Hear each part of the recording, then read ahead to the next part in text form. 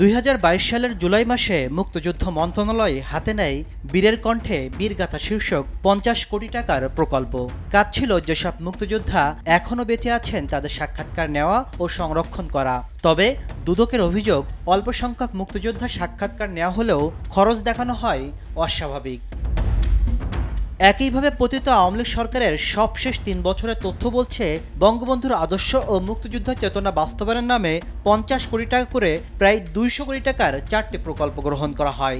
শুধু সভা, seminar, school college পরিদর্শন, টিভিসি, চলচ্চিত্র নির্মাণ, পত্রিকা টেলিভিশনের বিজ্ঞাপন বাবদ ব্যয় করা হয় এসব টাকা। তবে তথ্য বলছে, নামকাওয়াস্তে এসব প্রকল্প বাস্তবায়ন দেখিয়ে অর্থ আত্মসাৎ করেছেন সংশ্লিষ্টরা, যা নিয়ে বেশ জোরে সোরে অনুসন্ধান চালাচ্ছে দুদক।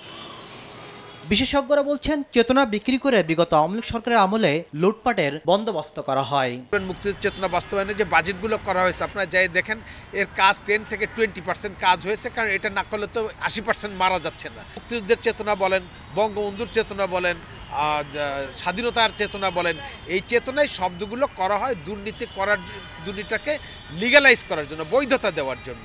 পট পরিবর্তনের পর মুক্তিযুদ্ধ বিষয়ক মন্ত্রণালয়ের দায়িত্ব নিয়ে বিভিন্ন প্রকল্পের নানা অসঙ্গতি খুঁজে পেয়েছেন উপদেষ্টা ফারুক আজম। তিনি বলেন, আওয়ামী লীগ সরকার ব্যক্তি ও রাজনৈতিক উদ্দেশ্যে অপ্রয়োজনীয় সব প্রকল্প গ্রহণ করেছিল।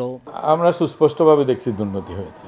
সরহদ্দি উদ্যানে স্বাধীনতা কমপ্লেক্স প্রকল্প হচ্ছে, বীরের কণ্ঠে বীর গাথা, এই সমস্ত প্রকল্পগুলোতে প্রচুর টাকা পয়সা নিয়েছে, এগুলি সম্পূর্ণরূপে বন্ধ করে দেওয়া হয়েছে।